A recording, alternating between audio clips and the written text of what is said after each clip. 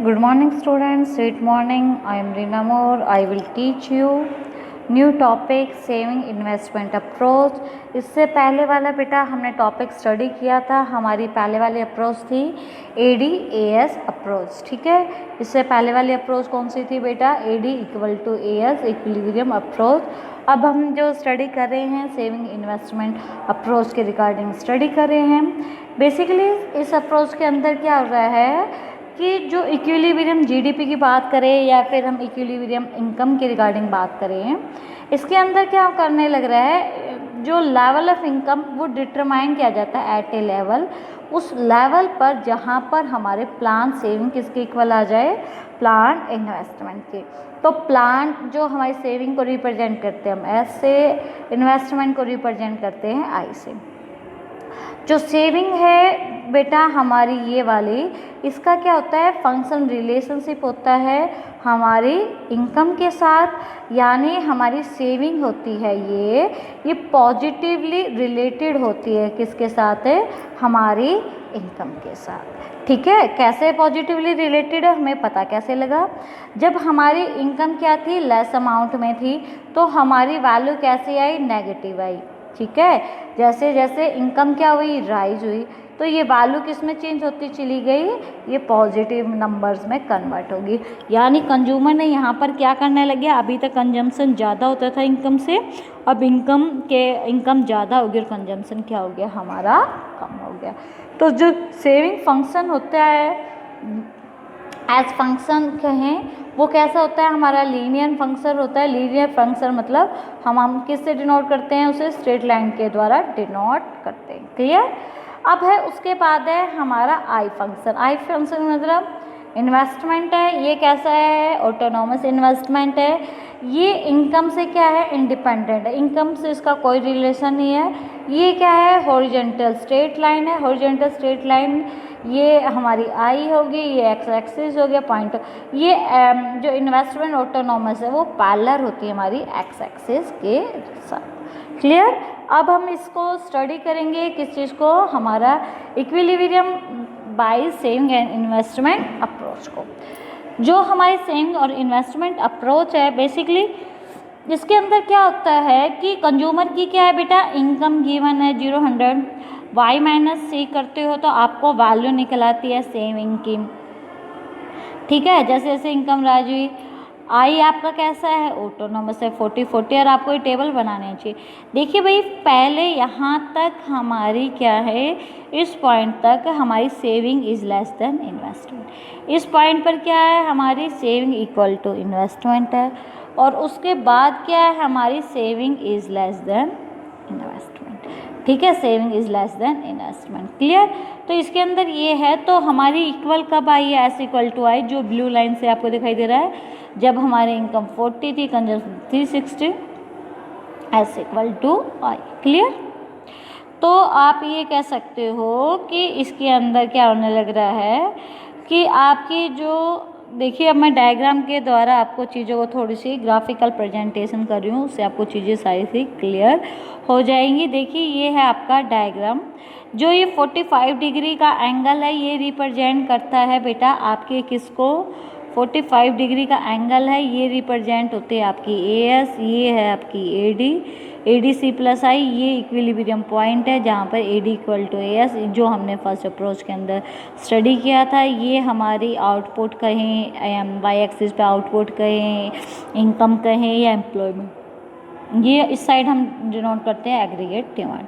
अब हम किसके रिगार्डिंग स्टडी कर रहे थे? SI approach. तो सेविंग इन्वेस्टमेंट दोनों, इनकम आउटपुट एम्प्लॉयमेंट इस साइड। तो आपकी आई कैसी है? स्ट्रेट लाइन है, पैरेलल टू एक्स एक्सिस है। सेविंग कैसी है? नेगेटिव वाई एक्सिस से स्टार्ट होकर पॉजिटिव वाई एक्सिस तक चलेगी। लीनियर फंक्शन है, स्ट्रेट लाइन है। तो यहाँ पर तो वो आपको जो ये स्टडी करना है, ये वाला पॉइंट इक्विलिब्रियम पॉइंट, जहाँ पर हमारी S इक्वल टू आई होता है। इसके अलावा जो ये वाला ट्रायंगल है, ये क्या है? इस ट्रायंगल पर क्या है? S is less than I है, और इसकी इस साइड क्या है? S is greater than I. Clear? तो यहाँ पर हमारे जो इक्विलिब्रियम लेवल है, तो तो इसको हमने क्या करा है, इस को हमने ई से डिनोट किया है। यहाँ पर हमारी ex ante saving equal होती है एक्स एन टी किसके, हमारे इन्वेस्टमेंट के। ओ वाई क्या है, ओ वाई रिप्रेजेंट करता है आउटपुट को corresponding to the E level तक, ठीक है। और आपका यहाँ पर हमने एग्रीगेट डिमांड कितने की थी, या आपकी 40 है। Aggregate level of income is, aggregate level of income कितना है, 40 है बेटा। सेविंग और इन्वेस्टमेंट कितनी है आपकी, ये 400 है इनकम, और सेविंग इन्वेस्टमेंट कितनी है बेटा, 40। कुछ ऐसे पॉइंट है बेटा, देखिए ये वाला पॉइंट कहें ट्रायंगल में ये, या फिर ये वाला पॉइंट कहें, यहाँ पर क्या आ रहा है, एस इक्वल टू नहीं है तो एस इक्वल टू आई नहीं है, तो हमें उसके रिगार्डिंग क्या करना पड़ता है, कुछ रीएडजस्टमेंट करना पड़ता है ताकि हमारी इकोनॉमी वापस बैक आ जाए उसी सिचुएशन के इक्विलिब्रियम लेवल। तो हमारे कौन कौन से पॉइंट है, when saving is more than investment. First situation है जब हमारी saving is more than investment, यानी अगर हम डायग्राम के अंदर बात करें तो ये वाली बात, यहाँ पर हमारी S is greater than I, यानी एस ज़्यादा है आई से, तो हमें क्या करना पड़ेगा, इस पॉइंट पे लेके आना वापस। तो इस पॉइंट पर हमारी आएगी कब, तो इसका मतलब हमें क्या करना पड़ेगा, पीछे लेके आना। यानी जो कंज्यूमर है इसके अंदर बेसिकली क्या हुआ है, एग्रीगेट एक्सपेंडर जो एक्सपेंडिचर है, कंजम्पशन एक्सपेंडिचर है वो कम करने लगे हैं लोग, और इसके अंदर क्या होने लग रहा है, what is need to buy the plan output, जिसके कारण क्या होने, कंजम्पशन एक्सपेंडिचर कम है, प्रोड्यूसर के द्वारा बहुत सारा प्रोडक्ट बना रखा है, जिसके कारण उसके पास बहुत सारा रिमेन अनसोल्ड स्टॉक रहेगा। जब उसके पास बहुत सारा अनसोल्ड स्टॉक रह रहा है तो प्रोड्यूसर के पास अनडिजायर्ड स्टॉक रह गया, तो प्रोड्यूसर क्या करेगा, नेक्स्ट टाइम जो चीज़ों का प्रोडक्शन करेगा, जो इन्वेस्टमेंट, ठीक है, तो आई, तो ये जो करेगा वो क्या करेगा, अगली बार प्रोड्यूसर क्या करेगा, ठीक है, तो वो प्रोड्यूसर क्या करेगा, नेक्स्ट टाइम गुड्स का प्रोडक्शन कम करेगा, लेसर आउटपुट। जो वो लेस आउटपुट का प्रोडक्शन करेगा तो इस मीन्स इनकम भी कम होगी और सेविंग भी कम होगी। तो इस तरीके से आपका वो क्या लेके आएगा, as a result inventory level above the desire level तक लेके आना पड़ेगा। जो अनवांटेड इंक्रीज इन्वेंट्री हुआ उसको वो कम करता है, जिसके कारण हमारी किसके इक्वल आ जाती है, एस इक्वल टू आई आ जाती है। सेकंड सिचुएशन हमारी क्या है, सेकंड सिचुएशन के अंदर क्या क्या रखा है, ये वाली ट्रायंगल, ये देखिए ये वाली ट्रायंगल, ठीक है। तो इसके अंदर हमारी S is less than I, I हमारा बड़ा है, तो उसके रिगार्डिंग हम क्या करेंगे, जब हमारी S is less than investment है, it's means household are consuming, household क्या करे, कंज्यूम गुड्स को ज़्यादा करे, सेविंग लेस है, तो फर्म क्या करेगी, फर्म एक्सपेक्ट दैम कि प्लांट इन्वेंट्री वुड फ्लो, कि हमारी जो प्लांट इन्वेंट्री है वो कम हो जाए, किससे, डिजायर्ड लेवल से। क्लियर। तो इसके अंदर है ना, लोग डिमांड ज़्यादा गुड्स की करने लग रहे हैं, और एएस क्या है, हायर एडी देन एएस है। तो इसके कारण लॉस ऑफ अनफुलफिल्ड डिमांड, लोगों की डिमांड हम क्या कर नहीं पा रहे हैं, प्रमोट नहीं कर पा रहे हैं, तो लोग क्या डिमांड ज़्यादा कर रहे हैं, तो इसका मतलब हम क्या करेंगे, आउटपुट का प्रोडक्शन भी हमारा क्या होना चाहिए, हायर आउटपुट का जब प्रोडक्शन होगा, तो जब आउटपुट ज़्यादा प्रोडक्शन होगा तो इनकम भी क्या होगी आपकी, हायर होगी, और इनकम जब हमारी हायर होगी तो इसका मतलब हमारी सेविंग भी क्या होगी, हायर। तो एक ऐसा पॉइंट आ जाएगा जिसके कारण हमारी क्या आ जाएगा, एस इक्वल टू आई आ जाएगा। क्लियर। ये था आपका आपकी अप्रोच, एसआई अप्रोच। अब हम उसके बाद स्टडी कर रहे हैं, नेक्स्ट टॉपिक है इक्विलिब्रियम लेवल वाला टॉपिक। क्लियर। तो इक्विलिब्रियम लेवल है आपके जो भी क्लासिकल इकोनॉमिक्स टेम, उसने इक्विलिब्रियम लेवल ऑफ इनकम को अटेन करने के लिए तीनों लेवल पर हमने स्टडी किया, फुल एम्प्लॉयमेंट, अंडर एम्प्लॉयमेंट और ओवर फुल एम्प्लॉयमेंट लेवल। तो चलिए हम वन बाय वन स्टडी करते हैं। First one is full employment level. Full employment level का मतलब क्या होता है, बेसिकली इसके अंदर क्या होता है कि लोग जितने भी विलिंग थी, एबिलिटी थी, एक प्रिविलिंग वेजेस रेट पर वो सारे के सारे लोग क्या हो गए, रेडी हो गए काम करने के लिए, वो होता है हमारा फुल एम्प्लॉयमेंट लेवल। तो उस पॉइंट पर बेसिकली होता क्या है, हमारी AD इक्वल टू AS हो जाता है। तो ये हमारी 45 डिग्री का क्या है, ये AS है, या फिर इसको हम Y कहें दोनों ही बातें क्या होती है हमारी सेम होती है। ये क्या है हमारा एडी है, ये पॉइंट इक्विलिब्रियम है, ये हमारा ओ क्यू है। ओ क्यू किसको रिप्रेजेंट कर रहा है हमारा, ये सॉरी ई क्यू। तो E Q A is a full employment equilibrium, वहाँ ई क्यू रिप्रेजेंट कर रहा है आपके एग्रीगेट डिमांड को, ओ क्यू रिप्रेजेंट कर रहा है आपके आउटपुट को। O Q level of output है, जहाँ पर जितने लोग विलिंग है, वर्क करने के एबल है, वो सारे के सारे लोग प्रिविलिंग वेजेस रेट पर उन्हें एम्प्लॉयमेंट मिल रहा है, कोई भी अनवॉलंटरी अनएम्प्लॉयमेंट इसके अंदर नहीं है। सेकेंड वन हम स्टडी कर रहे हैं किसके बारे में, आपका under employment equilibrium. Under employment equilibrium कौन सी सिचुएशन होती है बेटा, जहाँ पर क्या हो रहा है, एक तरफ तो हमारी एडी है वो एएस के इक्वल तो आ जाती है, AD equal to AS one, लेकिन resources are not fully employed, resources को हमने अच्छी तरीके से फुली एम्प्लॉयड नहीं किया है, ये पीरियड पहले ही हो जाएगी, फुल एम्प्लॉयमेंट लेवल से पहले ही हो जाएगी। जैसे कि आपको डायग्राम के द्वारा बताती हूँ बेटा, ये आपका 45 डिग्री है, आप ऐसे बनाओगे, ये फुल एम्प्लॉयमेंट लेवल है, AD1 क्या है, ये डॉटेड डॉटेड में बनाओगे, ये आपका क्या है एक्चुअल। तो एक्चुअल देखो, एक तो यहाँ पर इंटरसेक्ट हुआ पॉइंट दोनों के दोनों, और एक पॉइंट क्या हुआ यहाँ, तो यहाँ पर जो इंटरसेक्ट हुआ वो तो हो गया आपका फुल एम्प्लॉयमेंट इक्विलिब्रियम, और जो यहाँ पर इंटरसेक्ट हुआ है वो पॉइंट कौन सा है, under employment equilibrium, point of under employment equilibrium. तो अब यहाँ से जो यहाँ तक है ये आपका नाम क्या है, FQ1, ठीक है। F कौन सा है, lower than the full employment level है, और OQ1, ठीक है। तो OQ1 है आपकी वो लेस देन है किससे, OQ से, ठीक है, OQ से लेस है। तो क्यों, ये कौन से वाले लेवल को बता रहे हो, OQ1 किसको रिप्रेजेंट कर रहा है, OQ में केवल हम इतनी चीज़ का इनकम है, आउटपुट हो रहा है, और OQ1 में तो हमारा कम हो रहा है और OQ में ज़्यादा, ठीक है। तो ये दोनों की दोनों सिचुएशन हैं। जो ये जो ट्रायंगल है वो किस चीज़ को रिप्रेजेंट कर रही है, ये आपकी रिप्रेजेंट कर रही है डिफिशिएंट डिमांड को, क्लियर। उसके बाद है बेटा आपका लास्ट टॉपिक बच गया कौन से वाला, ओवर फुल एम्प्लॉयमेंट इक्विलिब्रियम। और फुल एम्प्लॉयमेंट इक्विलिब्रियम के अंदर बेसिकली होता क्या बेटा, देखिए ये आपकी एडी है, ये आपका AD aggregate demand income output employment, ये 45 डिग्री का एंगल है, ये कौन सी वाली सिचुएशन है, फुल एम्प्लॉयमेंट के अंदर, और ये क्या है आपका AD1 एक्चुअल। ये डॉटेड डॉटेड लाइन जो रिप्रेजेंट करती है वो किसको रिप्रेजेंट करती है, आपके AD1 एक्चुअल को रिप्रेजेंट कर रही है।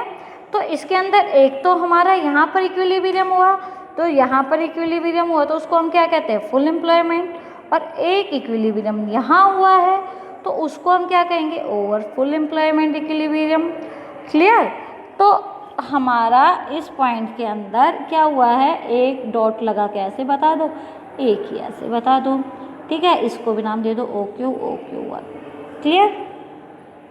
अब इसके अंदर क्या हो गया है, AD1, ठीक है, AD1 आपका AS, ये D और ये D1 कह दो इसको ऐसे। तो इसके अंदर क्या होने लग रहा है, ये जो G पॉइंट है वो हायर है, तो किसको रिप्रेजेंट कर रहा है, over the full employment equilibrium को।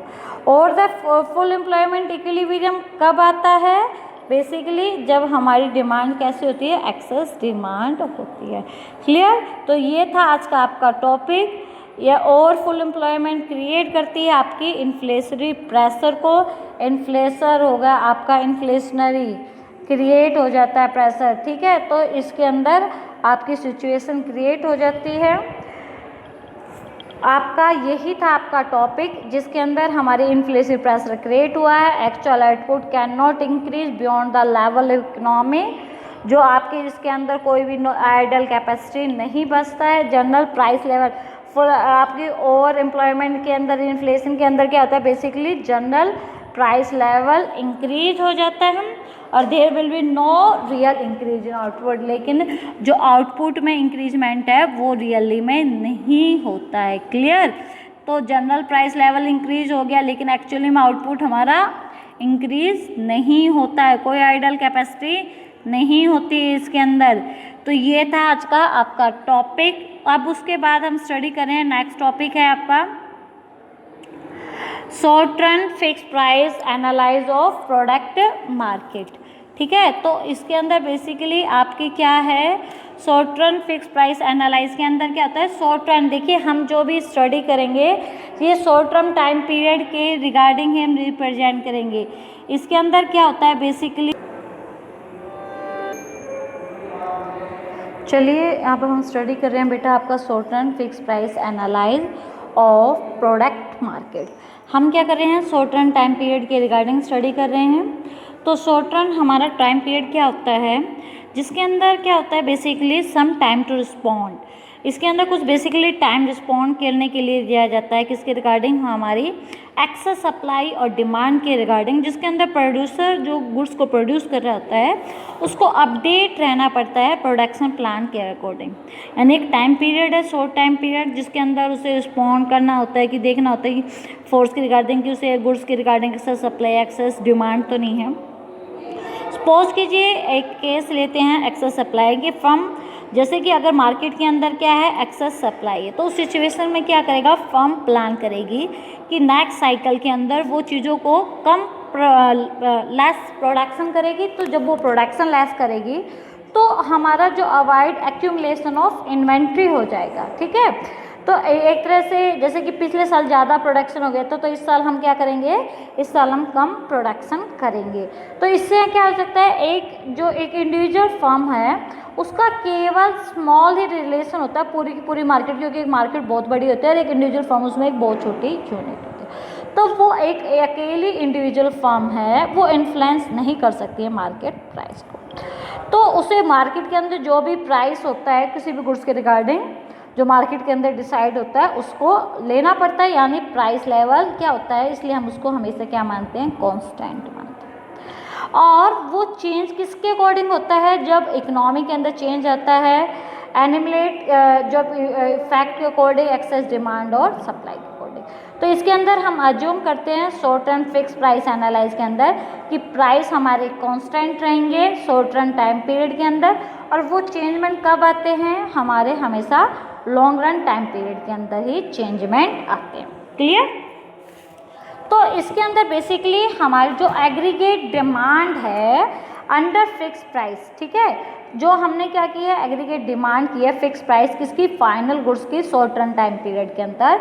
तो हम अज्यूम करेंगे कि इलास्टिक ऑफ सप्लाई हमारी कैसी है, infinite. Infinite mean supplier are willing to supply, supplier क्या है, वो चाहते हैं कि गुड्स की सप्लाई करे वट एवर अमाउंट, जो भी कंज्यूमर किसी भी चीज़ के रिगार्डिंग मांग रहे हैं उसे कांस्टेंट प्राइस के अंदर। यानी ये है आपका, सपोज कीजिए डायग्राम, तो आपकी जो प्राइस है पी यहाँ पर आपकी प्राइस है, तो प्राइस कैसी रहेगी, कांस्टेंट रहेगी, प्राइस के अंदर कोई चेंजमेंट नहीं आया है। यहाँ पर आपका आउटपुट, तो ये कैसा लेवल को डिनोट कर रहा है, आपके इन्फिनिटी को एग्रीगेट सप्लाई के अंदर। ठीक है, तो इसके अंदर है आपकी कांस्टेंट प्राइस है, और चाहे आपकी क्वांटिटी सप्लाइड एक्सीड हो फॉल हो, क्वांटिटी डिमांडेड के according price will be change. आपकी प्राइस के अंदर केवल तभी चेंज आ सकता है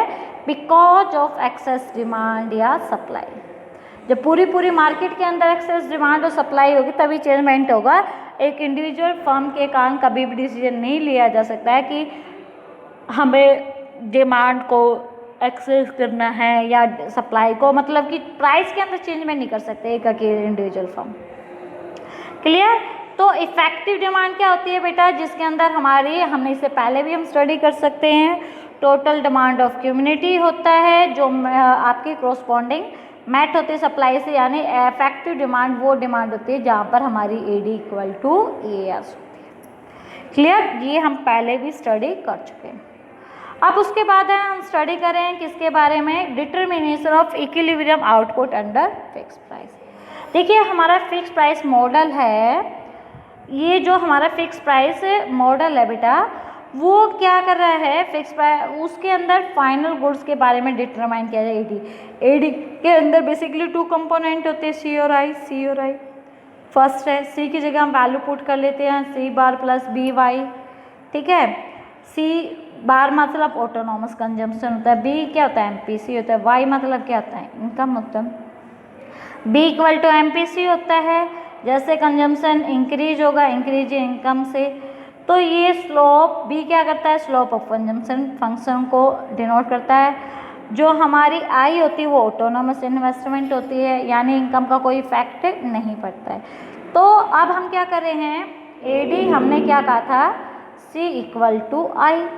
सी की जगह हमने किसकी वैल्यू रख दी, कंजम्पशन फंक्शन की वैल्यू रख दी, सी bar plus B Y plus I बार।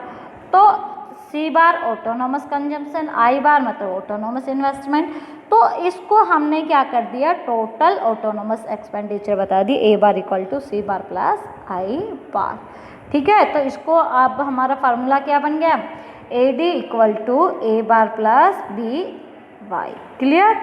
तो ये चीज़ क्या डिनोट कर रहा है, ये डायग्राम की चीज़ के थ्रू देखिए वही आपका और फुल एम्प्लॉयमेंट इक्विलिब्रियम वाला डायग्राम बन गया है बेटा। इसके अंदर देखिए ये है आपकी एएस है, ये एडी स्टार्टिंग वाली फुल एम्प्लॉयमेंट की, और ये ओवर, तो ये आपका इक्विलिब्रियम पॉइंट, ये और ये ट्रायंगल आपकी बन गई, ठीक है। तो जो ये वाली ट्रायंगल हमारी बनती है, ये एक्सेस डिमांड को डिनोट करती है, एक्सेस डिमांड को डिनोट करती है, और उसके साथ साथ आपके जो कौन से वाला गैप को डिनोट करती है, इन्फ्लेशनरी गैप को भी डिनोट करती है, ठीक है। तो इसके अंदर यही सारी चीज़ें बताई गई है। इसके अंदर ये है आपका A1 पॉइंट, ये A2 पॉइंट है, ये 45 डिग्री है, ये पॉइंट ऑफ इक्विलिब्रियम यहाँ पर है फुल एम्प्लॉयमेंट में, ये और फुल एम्प्लॉयमेंट के अंदर, और ये सारी चीज़ें इसके अंदर बताई गई है। अब उसके बाद है एग्जाम्पल, एक क्वेश्चन है इसी चीज़ को समझने के लिए, determination of equilibrium output under fix price model को अच्छी तरीके से क्लियर करने के लिए क्या क्या चीज़ें हैं। देखिए भाई आपको वैल्यू दे रखी है, estimate the value of ex ante AD, आपको एक्स एंटी एडी की वैल्यू कैलकुलेट करनी है। जब आपको ऑटोनॉमस इन्वेस्टमेंट कंजम्पशन गिवन है 50 करोड़, एमपीएस की वैल्यू 0.3 है, लेवल ऑफ इनकम 300 करोड़ है। तो एमपीसी की वैल्यू कैसे निकालोगे, 1 माइनस एमपीसी कर दोगे, एमपीसी की निकाल दोगे ना, 1 माइनस एमपीएस, यानी 1 माइनस 0.2 करोगे तो 0.8 वैल्यू आ गई। 2 सेक्टर मॉडल के अंदर एडी क्या होता है, सी प्लस आई होता है, सी का फंक्शन क्या होता है, सी बार प्लस बी वाई है। तो सी क्या होता है, ऑटोनॉमस कंजम्पशन होता है, बी क्या होता है, एमपीसी, वाई इनकम, आई कैसा है आपका ऑटोनॉमस एक्सपेंडिचर है। तो सी बार देखिए इससे पहले अभी पढ़ाया था ना, तो हम ए से डिनोट कर देंगे किसको, सी बार प्लस आई को। तो ए डी क्या हो जाएगा, ए प्लस बी वाई।